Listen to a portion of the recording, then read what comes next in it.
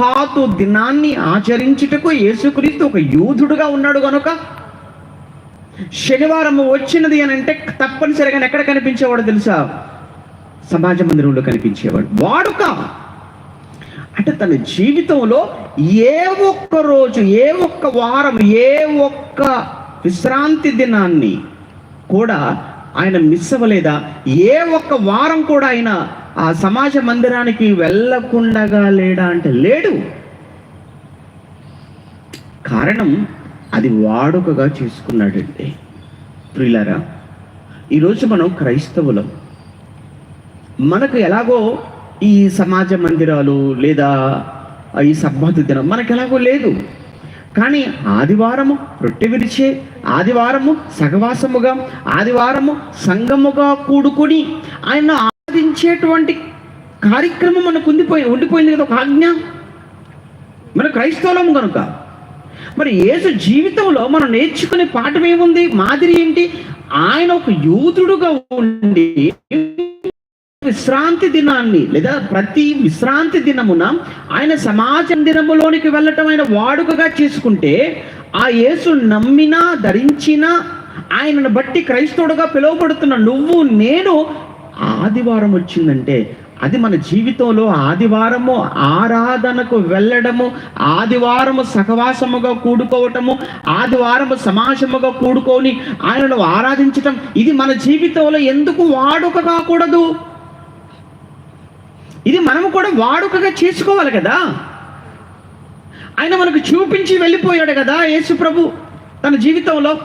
వాడుక ఒకప్పుడు పండుగలు ఆచరించటం, సంవత్సరానికి 3 పండుగలను ఆచరించుటకు వాడుకగా తల్లిదండ్రులతో పాటు యెరూషలేము యేసు ప్రభు ప్రతి వారం విశ్రాంతి దినం వచ్చిందంటే సమాజ మందిరములోనికి వెళ్ళడం అది తన వాడుకగా చేసుకున్నాడే.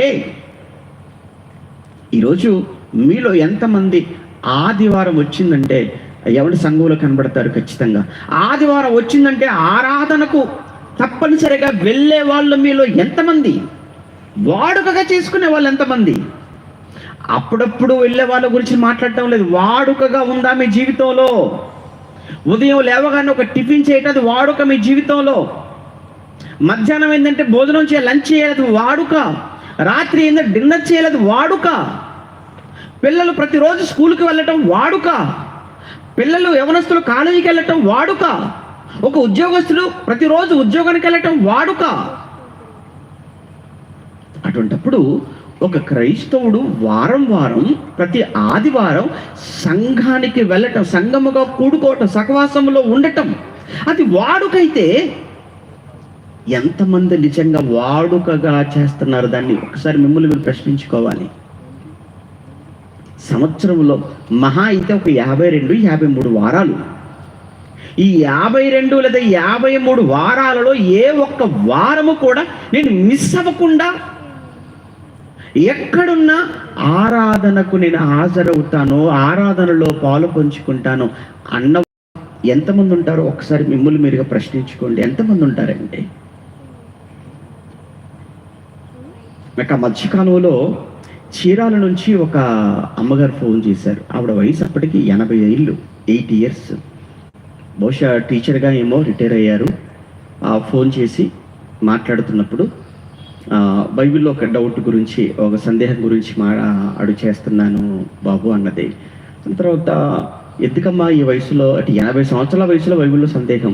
ఎందుకంటే నేను కూడా వీలుని బట్టి ఎవరితో ఒకరితో వాక్యం పంచుకుంటూ ఉంటాను, వాక్యం చెప్తూ ఉంటాను. 80 సంవత్సరాల వయసులో వాక్యం చదువుకుంటూ నేర్చుకుంటూ ఆ తర్వాత తన చుట్టూ ఉన్న వాళ్ళకి అవకాశాన్ని బట్టి నేను మాట్లాడుతూ ఉంటాను. 80 సంవత్సరాల వయసు అండి ఆవిడకి అప్పటికి. ఇంకొక మాట చెప్పింది, షాకింగ్ న్యూస్ ఏంటంటే మాట్లాడుతున్నప్పుడు తను బాప్తిస్మం తీసుకుంది మొదలు, సంఘానికి వెళ్ళటం ప్రారంభించింది మొదలు, ఈ రోజు వరకు నా జీవితంలో ఏ ఒక్క ఆదివారం కూడా నేను మిస్ అవ్వలేదండి. ఇప్పటి వరకు ప్రతి వారం ఎక్కడున్నా ఖచ్చితంగా నేను సంఘానికి వెళతాను. 80 సంవత్సరాల వయసు. ఎందుకు? వాడుక. ఇంకొక విషయం కూడానండి, ఎంత తప్పు చేస్తున్నారంటే ఆదివారం ఆరాధన మానుకునే వాళ్ళు బాప్తిస్మం తీసుకున్నప్పుడు మరి అది